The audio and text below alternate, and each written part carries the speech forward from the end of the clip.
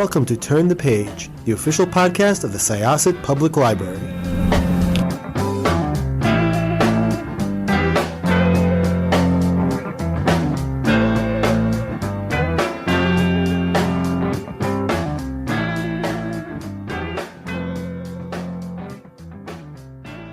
Hi, this is Jessica with Syosset Library, Turn the Page podcast. I am really excited today to introduce our guest, who is a Syosset alum and a filmmaker, among many, many things.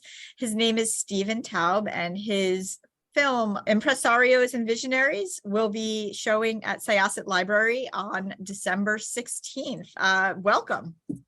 Thank you for having me. I appreciate it, Jessica. So first of all, I just want to ask you a little bit, how did you get into filmmaking and the arts? Yeah, thanks for asking. It's I just always loved storytelling, always loved literature, and I loved visualizations. So for me, it was just a natural progression to become a filmmaking. But the crux of it, or certainly the foundation of it, is my if I have any, is my literary skills and my writing capabilities.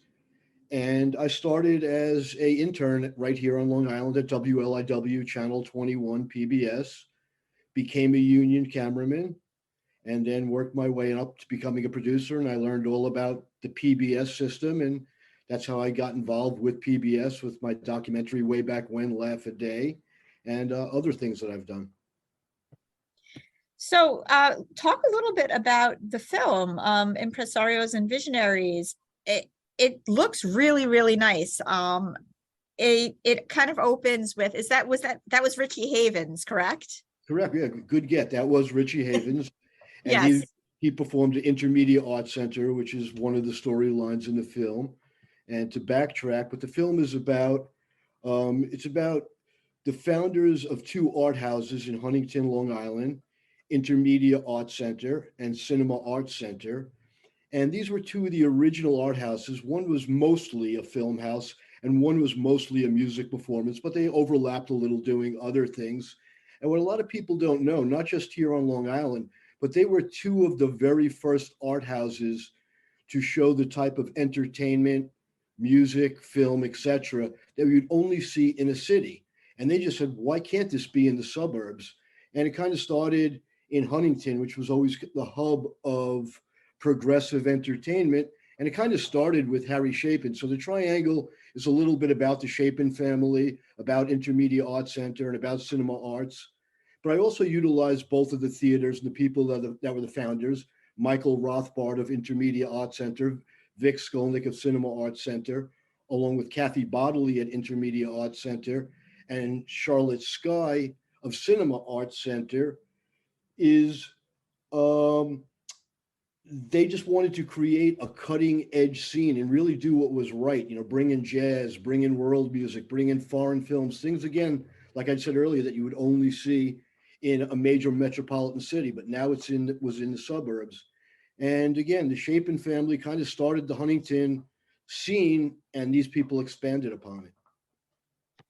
That's really interesting. And I have to say, I mean, you're spot on with the way that Huntington felt. Obviously, I was younger, but I do remember going to the Cinema Arts Center and the Intermediate Art Center, and just kind of being feeling, getting that feeling that I was outside of the norm of suburbia.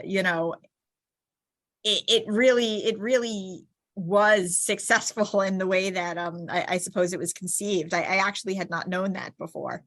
Yeah, that's precisely the vibe that they wanted to create. And what was great about Michael and Vic is they were both very approachable. They were both mentors to me, and they always, prior to the show, whether it was a film or a concert or whatever it might be, they always spoke to the audience. And it was always like speaking to an educated arts neighbor. They weren't full of themselves. They were both great people, and they were true impresarios, hence the name of the film, Impresarios and Visionaries. And unfortunately, like yourself, I saw a lot of great performance at Intermedia Art Center, and certainly a lot of great films at Cinema Arts Center.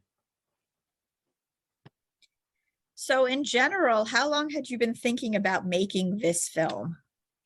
I've been thinking about it for years and years, and as most people know, or maybe some people don't know, it's always about raising funds to get a film made. To digress for a second, just tell you a quick story. Orson Welles, who's obviously one of the best known directors of this century, is certainly considered one of the top five by most film aficionados. What prior to his passing away, he was interviewed by a journalist a few months before he died, and the journalist said to him, "If you weren't a filmmaker, what would you have done for a living?" And he said, "I would have been a novelist or a writer, because a grown man always looking to raise money is no way for a grown man to live." And when I saw that Orson Welles made that statement, I was like, okay, then I know it's not, I'm in the same boat on a far lower level. But yeah, so I thought about it for years and years. And then when they, unfortunately, both of the gentlemen, Michael and Vic, who I'd mentioned earlier, they both have passed away. And I thought it was nice to do a dedication. And it's something I must add is Sandy Chapin, who was in the film, and I have rare photos of Harry Chapin and the Chapin family in film that had never been seen before. She was nice enough to give me. She really did a lot to help get this film made, and she very much wanted Michael and Vic to be recognized because she was very aware, and rightfully so, that Harry Chapin is a very recognized person from the area, and Michael Vick not so much. So she really wanted to get this film made, and she was very helpful making that happen, as was the entire community of Huntington, and more than just Huntington. Yeah, I would definitely say Harry Chapin in general is, like his name is an institution on Long Island, and an institution for doing good, That's for sure. especially. And to connect it to Syosset, when I was in, and I forget if it was 11th or 12th grade, Harry Chapin came to our high school. And I don't know if if they had it later on. But he came, we used to have just a free period where you could do whatever you want, and just they kind of made it like a quote unquote college campus. I think they closed it down after things got wild, but I'm not sure what happened after I graduated. But anyway, and he just came and hung out for the entire day. That's And incredible. yeah. So again, that was, somewhere in the mid to late 70s. And I got the opportunity to go down and speak to him. And I loved his music like so many other people did. And he just looked me in the eye, and he just, he actually really cared about me. And I was kind of a wild kid, so to speak, and it made quite an impression on me. This guy looked me in the eye and just actually cared about me, and cared enough about the entire student body that he came down and just hung out for the day. And he'd pick up his guitar and he would talk to us and pick, it was just amazing that he was there. And so it really is full circle that all these years later, I made a film which his widow Sandy was involved in, and he's in the film. So it's just kind of a nice circle. Unfortunately, he did die, obviously way too young. And as a lot of people don't know who Harry Chapin is. So what I always sing very poorly is "Cats in the Cradle and the Silver Spoon." That's his song. And they go, "Oh yeah, I know that guy, Cats in the Cradle guy." But what a lot of people don't know, and talking about her quite a bit, is actually Sandy wrote the lyrics for that song. She was a poet. I did not know that. Most Really? most people don't know it, but this is a fact. And Sandy's a poet, and she had written the lyrics about their son Josh, and it was written as a poem. And Harry went down for breakfast or for lunch, whatever it might be, saw it on the table, and said, "Wow, if I rewrite this, I think I have a song here." And so, actually, the original draft of the song, or the gist of the song, was written by Sandy, "Cats in the Cradle." Well, that is one song I have to say, no matter when, like if it's on or if I walk into a place where it is, there are definitely people crying just a little bit. Yeah, absolutely. It's just such an amazing song. So you're showing this movie, you're showing the film at Syosset Library on December 16th. Thank you so much for bringing it to local doors. I love going to libraries. Like I had mentioned to you in the email, my cheers show what a nerd that I am, is the Melville Library. I live out here in Melville, the Melville-Dix Hills district. When I walk into the Melville branch, every single librarian knows who I am because I frequently take out books and movies and music, and I use the place for research. And so it's a pleasure to go to libraries. And I love the patrons at libraries because they're really involved and they're really interactive. And that's what makes it fun for me is to, is to interact with people and talk about the arts and talk about filmmaking and what I'm passionate about and hear what their interests are. In fact, it's funny. I have presented at Syosset Library a couple of times before. And one of the times I was presenting at Syosset Library, one of the patrons actually said to me, "Wow, it's very funny that you, Natalie Portman, and Judd Apatow all went to Syosset High School." And my response was, "Yeah, but I'm pretty sure that Natalie Portman and Judd Apatow, they're not doing library appearances." And so he got a good laugh. Yeah, no, for sure. The floor is open, Judd and Natalie. They've both been on the podcast, but no, I do imagine you are absolutely correct on that one. So aside from this film, you've done quite a few others. I saw snippets of there's a day in the life of a stand-up comedian. Yeah, well, that was I did a documentary. Like I said to you earlier, I worked at Channel 21, worked on the pledge programming, documentary, weekly shows, news, and all that. And I was always really into comedy. And that's kind of where I overlap with Judd Apatow, where I was hanging out at this place called Eastside Comedy Club because I worked at the local video store clerk while he was there as either a busboy or a dishwasher. And I didn't know him at all. I didn't even know he was there because I'm 4 or 5 years older than him, even though we both attended Syosset High School. And so I always was really interested in comedy. And when I used to go there when I was in my early 20s working at the video store, back when they used to rent out videos, VHS tapes, now you go to the library and get a DVD or whatever it might be, whatever format. And I would look at the comedians. I used to say, someday I'm going to be working with these guys like Bob Nelson and Rob Bartlett. And sure enough, both of those guys were in my documentary Laugh a Day, along with some better known comedians like Robert Klein and Richard Belzer and David Brenner and Jeff Garlin and Second City Improv and Jack Hanna. They all ended up being in my documentary Laugh a Day. And what I decided to do, because I had been working at PBS and the audience is kind of an older audience that watches PBS, I said, why don't I try to create a documentary that still appeases an older audience, but will play to a younger audience. So the show again was called Laugh a Day, and it was 5 different segments about laughter in a 30-minute show. And one of the segments, like you just mentioned, was Day in the Life of a Stand-Up Comedian. So it was one of 5 segments. And that I followed a comedian who's a great comedian, Dom Herrera, around from his hotel to the green room, to the stage, and then back to the green room. We spent, close to 10 hours with him. And again, he was just such a pleasure to be with. He was as funny off camera as he was on camera and on stage. And then the B-roll to that was I had interviewed David Brenner, Richard Belzer, and Robert Klein talking about their comedic experiences and their life experiences. So as we went through the day with Dom Herrera, I got reflection and feedback of what it was like being a comedian by these 3, great comedians.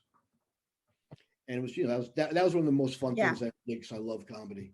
Yeah, no, it looked really interesting. And I like they talk a little bit about just kind of like the science of stand-up or just kind of how it works. You say something funny and you wait. And I think like what was so interesting is it seems like you're really putting yourself out there. I mean, I always I've been to stand-up shows and I enjoy stand-up shows, but it seems very difficult.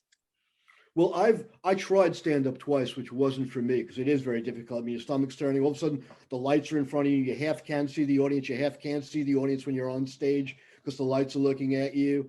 And it's, I've written some jokes for comedians, which has been fun. Seeing them perform my jokes. And a couple of them are well-known comedians. But I'm definitely, like they say, I have a face for radio, or I belong behind the camera. So I enjoy writing. And performing, for the most part, isn't for me. Although I'm very comfortable talking to an audience, but making them laugh is really difficult. But like I believe it was Dom Herrera said, I haven't looked at the piece in a long time, so I believe it was him that said the most important when you're doing stand-up is that first and second joke. where you really got to make them laugh, because now they assume you're really funny because you really made them laugh. So now if your third, fourth, and fifth jokes are just sevens, they might see it as a 9 because they already think you're funny. But if they don't think you're funny at the beginning, that same 7 could be seen as a 5, so to speak. So, and then like he talks about, then you want to come up with a great ending and do a killer ending. But, a guy like Don Herrera's got a strong 40, 45 minutes. So even his middle is very funny because he's a very funny comedian. And then you also, did a documentary with, was it 5 Holocaust survivors? Well, this wasn't a documentary. The organization that I worked for, the Center for Social Justice and Human Understanding, which is located at Suffolk Community College. They're an independent not-for-profit, but they're located at Suffolk Community College, the Selden campus. And I had produced a video for them years ago about a different topic matter, and they were gifted a touch screen. And they were happy with my interviewing skills and how I put together video. And they knew I had the PBS background. And for many, many years, they had these 5 Holocaust survivors speaking at the college. So when they were gifted the touchscreen, they had gotten a grant, and they wanted me to do an in-depth interview with these 5 Holocaust survivors for their touchscreen. So the people that know what it's all about, the way it works is, I sat down with the 2 college professors that knew them for 10 years. And we spent hours and hours and hours together over like 3 sessions, probably 60 to 90 minutes each time, where it was like I knew these 5 people inside out. 2 of them were from Poland, 3 of them were from Germany, and I knew their families, I knew their backgrounds, I knew everything about them. After I had all this information, I then sat down with one of the 2 college professors. I wrote the first draft, and then we wrote the questions for all 5 of these people. And I was able to write all the proper questions again because I had done the pre-production, my research, and asked them questions about their particular life and what they went through during the war, during the Holocaust. And it changed my life. In fact, I'd said when I had done that job that pretty much whatever happens to me for the rest of my life, I can't complain about anything. And once we had the pandemic, I never forgot what I said to myself. And I said, what these 5 people endured, and what their families endured, and the death that they saw, death of family members they saw, and the fact that they were, kind enough to share that with me and share it for the touch screen so we can keep their memories alive and keep history alive. It was really a privilege beyond belief to have done that. And it was heartwarming, and it was something else doing that. Yeah, for sure. One of the things that really struck me in the snippet that I saw was the one person who, he was saying, a wise man learns from history's mistakes or others' mistakes. A fool learns only from his own mistakes. And I thought that was, that was like a fabulous quote. So I mean, if anybody needs a hook for this, there you go. Yeah, and the importance of having done that is, unfortunately, from the last time I've been in touch with the center, which is probably about a month, maybe even 2 months ago, is I know 3 of the 5 people have passed away. Werner, who was one of the 5, who actually did a TED talk, he just very recently passed away. And one of the things he was telling me about is him being in Auschwitz and doing card tricks for Goebbels to get an extra piece of bread a week. And the stories were phenomenal, and the humor that he was one of the wisest people I've ever met. People have actually asked me, of all the people you've interviewed musicians and comedians and CEOs of companies, because I have a background doing a lot of corporate work and TV commercials as well. They said, if you had to pick out somebody, and for me, the gentleman Werner Reich was just like nobody I ever met. He was just so funny. He was so wise. And I just have to tell you this one story, which is slightly inappropriate, but it's so Werner, and it's just the right thing. So I knew these interviews were going to be very, very heavy. And I had set it up, I bring in a full crew, a lighting person, an audio person, a cameraman. One of the college professors was kind enough to sit diagonally behind me because I explained to her, look, when I ask questions, it's not a Q&A, it's a conversation. So I don't really go in order. Can you kind of cross them out? And that way, towards the end, you can just tell me what I missed, because I want to keep it. It's more about flow than this is my question, answer, this is my question. I want to keep it conversational. And so I knew it was going to be heavy. So what I decided to do with the 5 interviews was make it over 2 days, which meant it was going to cost me more because I had to bring the crew in twice, but I felt it was more important to do it right. So we interviewed 3 people one day and 2 people another day.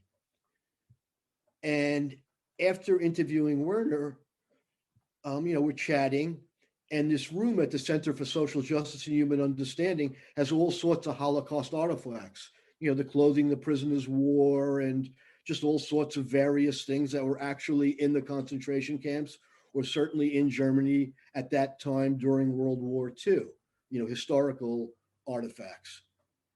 And just coincidentally, right behind Werner, there was, within a glass case hanging up, a whip that was actually used to whip people in concentration camps, whether it was the Jewish people or the gypsies or whoever else that were in the concentration camp. So I kind of just used that since it was right over his left shoulder. And again, we were done. The interview was over. Everybody was packing the equipment. It was just Werner and I conversing. I said, Werner, what's it like with everything you went through to be in a room like this that kind of takes you back in time? These are all artifacts from either concentration camps or certainly from that period of Germany. I said, and specifically, what's it like, looking at a whip behind your shoulder that was actually utilized, to beat people for nothing, for just being Jewish or for being a homosexual or for whatever it is, which is obviously beyond absurd. It's heinous.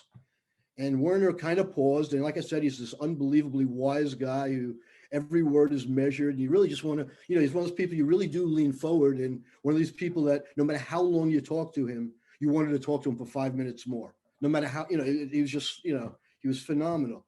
Werner looks at me and you can see he's thinking about it. And he goes, Steve, he goes, sticks and stones will break my bones. He goes, but whips and chains, they could be fun sometimes. And the fact that that was his answer, and my video crew was all packing their stuff up. We all started. It was just funny. It might be of all the comedians I work with, it might be the funniest, because I was expecting this whole heavy thing, and he was going to be, explaining this whole thing, and he just ended up hitting me with the best punchline I ever heard. Sticks and stones could break my bones, but whips and chains, they could be fun sometimes. And, this is a guy in his late 80s, maybe his early 90s, and that was his line.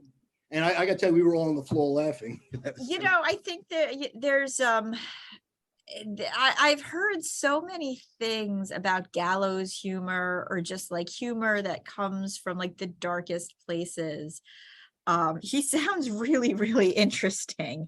Yeah, well, in the interview, he did mention that, laughter is what got them through. I mean, they found time, through all the harrowing experiences they had, which are beyond belief, that they found time to laugh. And in fact, that's a project, and, thank you for bringing it up, Jessica, that I want to revisit, because, right now it's at a touch screen in Suffolk County. It came out, it's something I'm very proud of. It came out really, really nice. In fact, I know one of the people that worked on it told me, he goes, Steve, I went to the Jewish Museum in Brooklyn and I saw Holocaust testimonials. He goes, I'm not just saying this because we did it. It was my audio and lighting person. He said, but what we did, he goes, the people look so much more natural, the video qualities. I said, yeah, I kind of know, it came out pretty good. And what I'd like to do, I would like to revisit that project and do wraparounds with teachers and professors and historians, and make it a national teaching tool. So that's something I'd like to do. But again, it goes back to my earlier comments. It's always about raising money, but that is something I very much really want to get out there nationally. Obviously, the Ken Burns documentary was beautiful, but it's not as much a teaching tool as it's more of an historical document.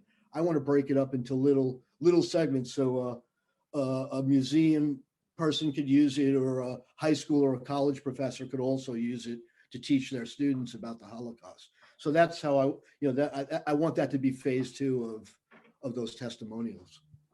So let's talk Syosset a little bit. What elementary school did you go to?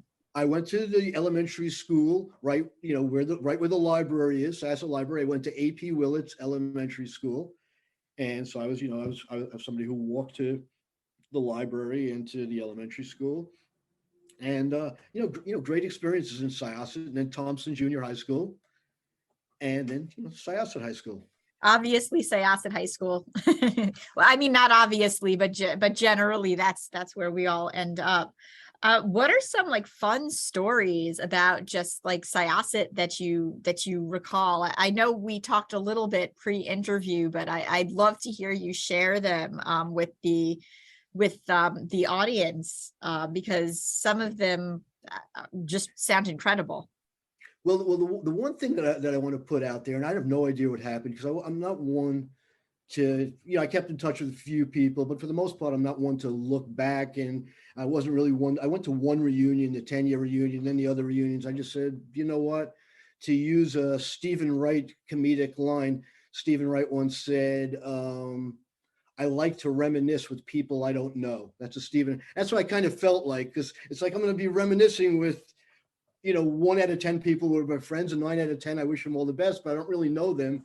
And so I wasn't one to go back and do all that. But to answer your question, and I'm just curious if anybody knows whatever happened to Mr. Pardo. Do you remember he taught humanities, which was social studies, and he used to drive a fire truck to the high school because he owned a fire truck. Wow. And he was just a really hip, good guy that paid attention. I actually always remember him saying to me, and I didn't usually remember a lot because some foggy days at Syosset High School, leave it at that, is he said, Steve, he goes, you're a very smart person. I know you read a lot and we talk about that. He goes, but you can't be so cynical because it's going to really be a hindrance in your life. And I always appreciate that. He kind of actually noticed who I was, because I guess when you're in high school, you're figuring out who you are and you want to be noticed. So just a shout out to Mr. Pardo for A, being a great teacher, and B, even more important, being a great person. So it's always nice when a person makes an impact on another person. And then the other story that kind of comes to my mind, I was kind of a long-haired kid, and I was into skiing and riding dirt bikes, and I wasn't into that much of the extracurricular activities at Syosset High School, and that's totally my loss, and I should have been involved with more. But I was always an ardent reader, a voracious reader, and back in high school, I was reading Dostoevsky and Ken Kesey and the Electric Kool-Aid Acid Test. It was really, it was really making an impression on who I was as a person. And that's kind of when I started writing also. And I submitted a poem to the yearbook, and they accepted it. And of course, me being the rebel I didn't even buy my yearbook, but it was like on page 4 or page 6 of the yearbook, the poem I wrote. And so the yearbook comes out, and people are running around and having people sign it. And, a handful of people had me sign their yearbook. But then another handful of people coming up to me, and it's happened a few times, like, Steve, there's a poem here with your name under it. Like, I said, yes, there's a poem there with my name under it because I wrote it. They're like they didn't know I could put 2 sentences together, much less, a poem. And that was kind of, the foundation of my writing. Probably, I think that was the second thing I ever had published. Did you ever eventually, because you said you didn't purchase a yearbook? No, I never did. I don't have the yearbook. Really? Yeah, I don't have my yearbook. And that's why I just said, I know it was in the beginning. My poem was called Future Train. I remember that. And it was either page 4 or page 6. I know it was the first handful of pages, but I don't even remember, exactly which page it was on. That's I haven't incredible. seen it in, decades. I also wanted to ask you, because you mentioned you saw Billy Joel play with the Hassles. Yeah, that was really funny. So again, the community, I didn't see them. I heard them, and I didn't even know who they were. So no, I never did actually. But that's still very cool. Yeah. So I grew up on a street in, the community called Harriet Drive, and that was the same community that A.P. Willits and Thompson Junior High School and Syosset Library, that little community right there. I had a friend that lived on Melanie Lane. Connecting Melanie Lane to Harriet Drive is a little, like 4 houses or 6 houses, a little street called Beth Place, if I remember correctly. I can't believe I remember all that, which I do. And one of the houses there was a house filled with landscaping trucks. And when I'd walk to my friend's house, I'd hear all this loud music inside. And unbeknownst to me, till years and years later, that was the Hassles, Billy Joel's first band, playing there. And when I was a little kid, I used to just hear him all the time, just hear him in the house, just came out as loud noise, and I'd be walking by. And then later on, when he talked about it, I said, oh, that's, the group of landscapers, the Hassles that Billy Joel played with way back when. And then to fast forward that, as I was beginning my video production career, I was a bartender at a nightclub in Oyster Bay called Rum Runners Heartbeat. At first it was just Rum Runners, and we had bands like the Ramones there and Joe Jackson there. And so I got to hang out with the Ramones because we'd be setting up the bar while they were doing their sound check. And not a big Ramones fan, but I do have to tell you, all the guys in the Ramones were really, really nice people. They loved talking about baseball, and they always ordered enough pizza to feed the 5 bartenders and the 2 barbacks. We used to sit and hang out with the Ramones back then. And Billy Joel used to hang out at the bar on occasion. So we used to see Billy Joel every now and then at Rum Runners. And what a lot of people also don't know, the bass player of his original band, for like the first 10 years before he decided to have a new band, which, normal part of being a musician, you evolve and you change. But Doug Stegmeyer, the bass player, was a Syosset High School graduate who I knew very well. And I ended up borrowing gear from him for a comedy recording I did, a DAT machine, which nobody had. He lived in Centerport. And another Syosset High School graduate, Dean Krause, who became the musical director for Phoebe, Snow, and Melanie, did the music for my documentary Laugh a Day. And there was a band back then called the Long Island All-Stars, which was Billy Joel's entire band without Billy Joel. So when they didn't tour and they just played the local bars just to do gigs, my friend Dean was the keyboard player in that band, who was the musical director for Phoebe, Snow, and Melanie. And that's how I got to know the bass player, Doug Stegmeyer, who also was a Syosset High School graduate. And, he was the bass player in Billy Joel's original band. So that's kind of, again, how things kind of go full circle. It's kind of weird. I love it. That's so cool. So one thing I wanted to chat with you about before we close out, could you tell us a little bit about storytelling in video media production? What your flow is when you interview people? Yeah, what I really love about interviewing people is, for me, I don't know how it is for you, Jessica, but for me, everything completely slows down and I just become very myopic and really into, I've done my research. So I know that, and that's the most important thing, is that, okay, this person's done their research and they got it right. Like, for example, when I interviewed comedians, one of the, for that one segment, Day in the Life of a Stand-Up Comic, I asked all the comedians very much up front, how come all comedians, or most comedians, you're playing to a club and let's say there's 300 people there and you have 290 of them laughing. Instead of appreciating 290 people laughing, why do you find it that you have to play to those 10 people and try to get them to laugh? And immediately would go from the head, okay, this guy understands comedy. And then the interview would go a lot better because they saw me differently. And I would always try to do something like that. Or even when I interviewed the 5 Holocaust survivors, prior to us doing the interviews, I spoke to the 2 college professors and I got background information. One had just gone to Cuba. One actually, in her late 80s, she had a new boyfriend. So we would converse about that and develop a rapport. And then when we went to the interviews, it was just a continuation of the conversation we were having. So it's really all about just creating, I guess it must be the way like a performer is on stage. When I'm interviewing somebody, I'm so in the present. It's kind of Zen-like, where we're always thinking of something else. But when I'm interviewing somebody, it's one of the few times where I do have that flow vibe, because I'm really very much just right there and I'm nowhere else. I'm not 2 minutes behind or 2 minutes ahead. I'm right in the present. And I enjoy that feeling of making that person as natural and as comfortable as possible and getting the best answers I can for whatever media I'm creating. And so that, yes, that's kind of the flow. Yeah, it's like, for me, it's like there's a connection, especially when you break the ice, as well as you were just talking about, you really, you say something and that the interviewee feels heard, and then it just kind of opens the door for the connection and the conversation. At least that's how it is for me. Absolutely right. And before we wrap up, can I just tell you one other East Side Comedy Club story that relates to Judd Apatow? Absolutely. Please do. So again, like I said, and it was just funny because I know I don't know Judd Apatow and I've never met him, but of course I'm a fan of his movies and I'm super happy for all his success. And, it's just amazing that both of us, me as an independent filmmaker and him as somebody who's more of a box office big time filmmaker, we both got our earliest chops, and he's talked about it at East Side Comedy Club, was kind of the foundation for both of us. And again, he was a dishwasher in the back, and I was the kid who worked at the video store, not a kid, but my late teens, early 20s. And the owner of the club, Richie Minavini, used to come in all the time, and he was kind enough to allow me to come into the club, and he treated me like I was a major promoter or manager. He couldn't have been any nicer to me. And here I am, somebody making $10 an hour at a video store, and Richie was treating me, just unbelievably kind. And I got to know all the comedians, and it did get me started. And Richie had told me the story about Judd, because I got to know Richie, and then even they had a roast for Richie many years later. Again, another thing that went full circle, and Kevin James was at the roast. My production company did the video of Richie's roast with all the comedians there. And so when Judd was the dishwasher there, he was an amazingly great dishwasher. And the reason he was a great dishwasher is because he wanted to stand in the back and watch the comedy and absorb the comedy and learn for what would become his career and his future.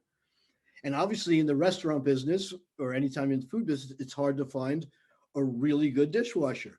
But Judd, being awkward at that age, he was a high school kid, didn't really speak to anybody, according to Richie. Again, I didn't know him. And so Richie went around to the waiters, waitresses, and bartenders, and especially the comedians, and said, look, we've got this new dishwasher who's the best dishwasher I've ever had. I believe he's mentally challenged. So don't make fun of him in any way, shape, or form, because I don't want to lose this guy as a dishwasher. And because he was so good at washing dishes and being on top of everything, so he can come out and watch the comedy. And again, that ended up being a guy who he thought was mentally challenged, who ended up being on the cover of Time magazine. Judd Apatow. So it's very funny story. That's pretty funny.